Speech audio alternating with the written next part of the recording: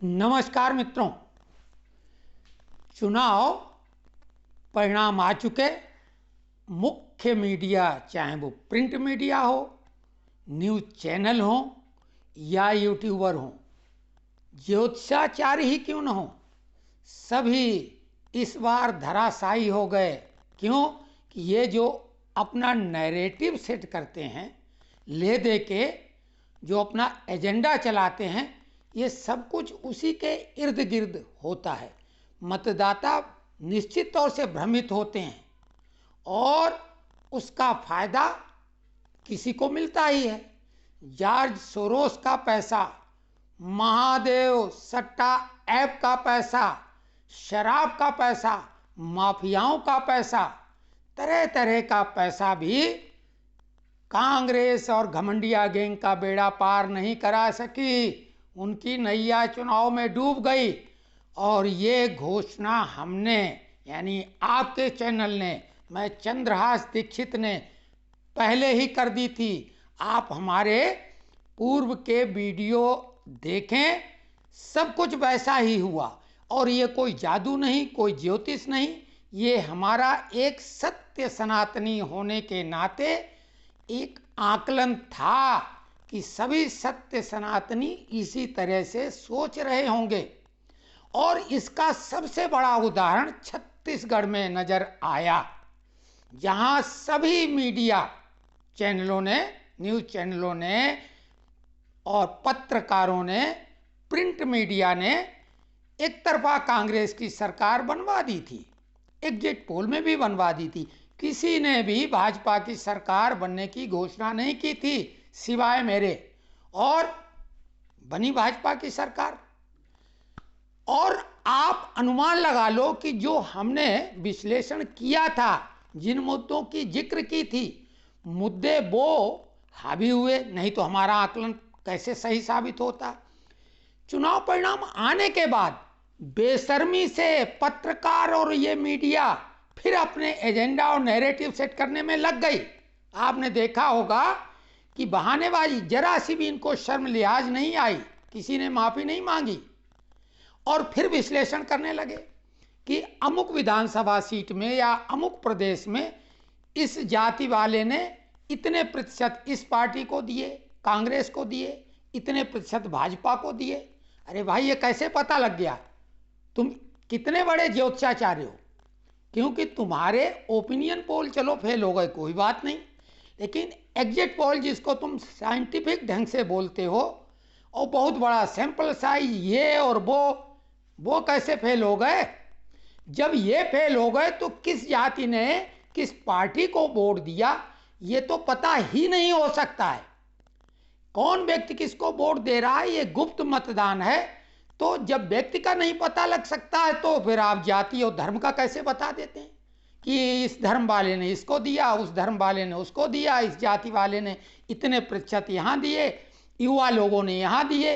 हाँ, महिला पुरुष का मतदान तो पता लग सकता है, क्योंकि वो अलग अलग होता है। मैं खुद प्रिसाइडिंग ऑफिसर भी रहा हूँ, इसलिए हमें ये बात मालूम है कि महिला और पुरुष मतदाताओं को हम अलग अलग कर लेते हैं, लेकिन हम तो उसमें आयु वर्ग के हिसाब से भी अलग अलग नहीं करते हैं। हाँ, मतदान की जो पूरी सूची होती है उसमें आयु लिखी रहती है, और कई बार वो आयु बेहद गलत होती है, लेकिन चलिए वो एक अलग मुद्दा है। महिला और पुरुष का अलग अलग मतदान होता है कि इतना मतदान हुआ, लेकिन महिलाओं ने या पुरुषों ने वोट किसको दिया ये कैसे पता कर लेते हैं? ये टीवी चैनल, ये पत्रकार, ये प्रिंट मीडिया, इस पे रोक लगनी चाहिए। इससे बड़ा भ्रमजाल और नहीं हो सकता है। ये विदेशी फंडिंग, देशद्रोहियों का पैसा, ये सब करवाता है इस समाज को तोड़ने के लिए, जातियों के नाम पर बांटने के लिए। और हमने चुनाव के बहुत पहले ये बात कह दी थी कि इस बार ऐसा नहीं होगा।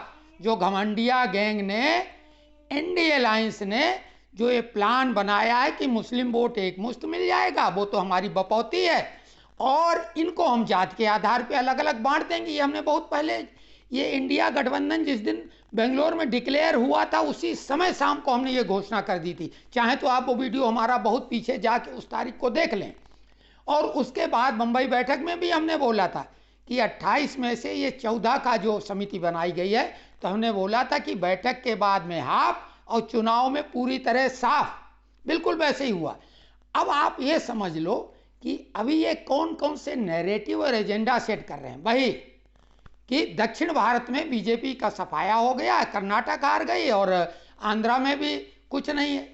अरे भाई, बीजेपी की 1 सीट थी, अब 8 सीटें आंध्रा में आ गई हैं और कई जगह नंबर 2 पे रही है। तो 8 गुना वृद्धि बीजेपी की। अब जनता को भरोसा होगा। पिछली बार 4 सांसद जीते थे, तो 24 का अनुमान आप लगा ही सकते हैं कि जब 1 एमएलए था तब 4 जीते थे, अब तो 8 एमएलए जीते हैं। और ओवैसी जो बहुत अपने को बड़ा नेता मानता है, उसकी पार्टी से 1 सीट ज्यादा भाजपा ने जीती है, 7 के मुकाबले 8, तो कैसे कमजोर हो गई। रही बात कमल हासन, जो एक बहुत बड़े तोपचंद हैं, उनको हराया भाजपा के कैंडिडेट ने कन्याकुमारी में, तमिलनाडु में। अब रही ये बातें कि दक्षिण भारत में, अरे कर्नाटका में वोट तो भाजपा को उतना ही मिला, और पिछली बार भी कर्नाटका में भाजपा विधानसभा चुनाव हार गई थी और बाद में लोकसभा की सीटों में बम्पर जीत हासिल की। तो ये एजेंडा किस तरह का सेट करते हैं। दूसरी बात, सत्य सनातन को जो कोरोना, डेंगू, मलेरिया, कुष्ठ ये बोला गया था, ये उसी का आक्रोश सनातनियों ने दिखाया। इन्होंने खूब कोशिश की जातिगत जनगणना, ये वो जातियों में बांटने का। कुछ लोग बटे होंगे, कुछ लोग फ्री के भी चक्कर में आए होंगे, लेकिन सत्य सनातनियों का आक्रोश कैसे जाहिर हुआ, ये छत्तीसगढ़ का एक नजीर आप देखें। वहां एक मजदूर ईश्वर साहू, जिसका बेटा सांप्रदायिक दंगे में 2023 में शांति दूतों ने मस्जिद में ले जाके निर्ममता से उसकी हत्या कर दी थी, और उसका नाम था भुवनेश्वर साहू। एक पिता न्याय पाने के लिए कोशिश करता रहा। सरकार ने उसको बोला कि एक परिवार के व्यक्ति को सरकारी नौकरी और 10 लाख रुपए मुआवजा देंगे। उसने मना कर दिया कि नहीं, हमको तो न्याय चाहिए। और भाजपा ने उस मजदूर को अपनी पार्टी का टिकट दिया। गृह मंत्री अमित शाह ने उसका प्रचार किया। 7 बार के लगातार विधायक रविंद्र चौबे, जो कि कृषि मंत्री थे, उनको उस मजदूर ने हरा दिया। ये मजदूर कैसे जीता? सत्य सनातनियों ने जिताया। उसको न बोलना आता था, न वो नेतागिरी की एबीसीडी जानता था। अपने बच्चे की गले में फोटो डालकर केवल वो जनता में हाथ जोड़ के न्याय की गुहार लगाई, और जनता ने उसको एमएलए बना दिया। उसने बोला है कि अब हम ऐसा प्रयास करेंगे कि किसी के घर का चिराग अब न बुझे। तो ये है कमाल सत्य सनातनियों का। और यही बात हमने कही थी कि सत्य सनातनियों के आक्रोश में घमंडिया गैंग भस्म हो जाएगा। अभी तो विधानसभा चुनाव में जो न्यूज़ चैनलों ने अपना एजेंडा और नैरेटिव सेट किया था, उसका प्रभाव कुछ रहा, लेकिन 2024 में पूरी तरीके से ये समाप्त हो जाएंगे। जिस तरीके से भगवान श्री राम ने कहा था, निश्चरहीन करहूँ मही भुज उठाई प्रणकीन, तो 22 जनवरी 2024 को श्री राम लला जी स्थापित होंगे भव्य अयोध्या नगरी में। और उसके बाद ये निशाचरों का विनाश होना तय है। अब आपको कुछ चीज़ें और बता दें फटाफट, क्योंकि आप खुद समझदार हैं इन कम से कम एजेंडाधारियों से, न्यूज़ चैनल वालों से, कि ये अब क्या बोल रहे हैं। आपने देखा होगा, ध्यान दिया होगा, इंडिया गठबंधन बोलने लगे हैं। अरे भाई, इंडिया गठबंधन आप किस आधार पे बोलते हो? क्योंकि INDIA में डाट है और इसका फुल फॉर्म है Indian national developmental inclusive alliance. अगर अलायंस को, गठबंधन को अलग निकाल दें तो इंडियन नेशनल डेवलपमेंटल इंक्लूसिव बात पूरी नहीं होती है। अलायंस को साथ में बोलने के लिए इन शब्दों को करना पड़ेगा, यानी भारतीय राष्ट्रीय डेवलपमेंटल शब्द एक है, लेकिन इसको हिंदी में रूपांतरित करने के लिए दो शब्दों का उपयोग करना पड़ेगा। विकास संबंधी, विकास डेवलपमेंट होता है, लेकिन अब मेंटल तो है ही उनका जो नेता है, नाम लेने की आवश्यकता ही अब नहीं रही। तो डेवलपमेंटल मतलब विकास संबंधी, इंक्लूसिव मतलब समायोजन करना उसकी। तो अब ये जोड़ तोड़ करके इंडिया बना तो ली इन्होंने, लेकिन फिर इंडिया गठबंधन क्यों बोल रहे हो भाई, इंडी गठबंधन बोलो। तो ये एक एजेंडा ये और नैरेटिव सेट कर रहे हैं। दक्षिण भारत वाला हमने आपको बता ही दिया कि वो सेट कर रहे हैं कि भारतीय जनता पार्टी वहाँ साफ हो गई और कोई गुंजाइश नहीं। अब एक कमाल की चीज़ और देखो, अब जीत तो गई भाजपा, लेकिन वो नैरेटिव सेट कर रहे हैं मध्य प्रदेश में कि शिवराज सिंह चौहान मोदी को मुकाबले में खड़े हो रहे हैं, उम्र में उनसे छोटे हैं, युवा हैं उनके मुकाबले में, और ये उनकी मेहनत की जीत है, उनकी योजनाओं, लाडली बहना जैसी योजनाओं की जीत है। यानी शिवराज चौहान ने जिता दिया मध्य प्रदेश।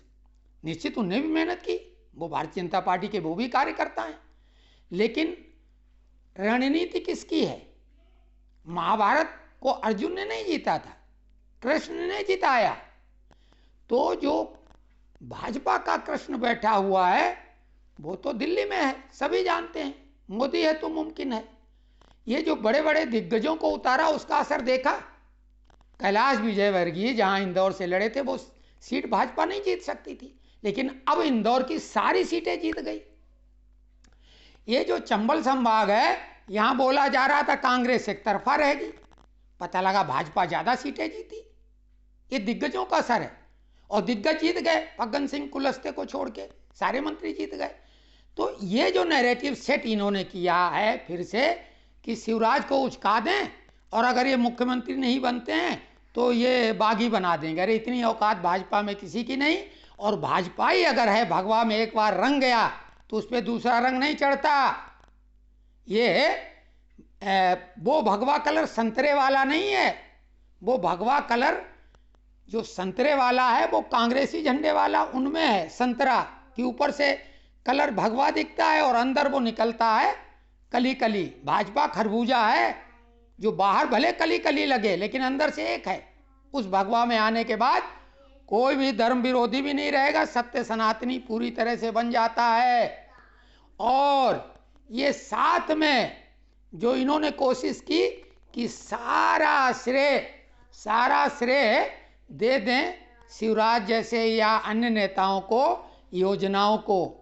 सत्य सनातन को बिल्कुल अलग कर दिया, जबकि कांग्रेस के नेता जो 2 बार सांसद का चुनाव लड़े, जीते नहीं ये बात अलग है, लेकिन प्रमोद कृष्णम उन्होंने कहा ये सत्य सनातन का श्राप है, जो कि कांग्रेस उससे अब बच नहीं सकती है। तो कुल मिला के सत्य सनातन की जीत है।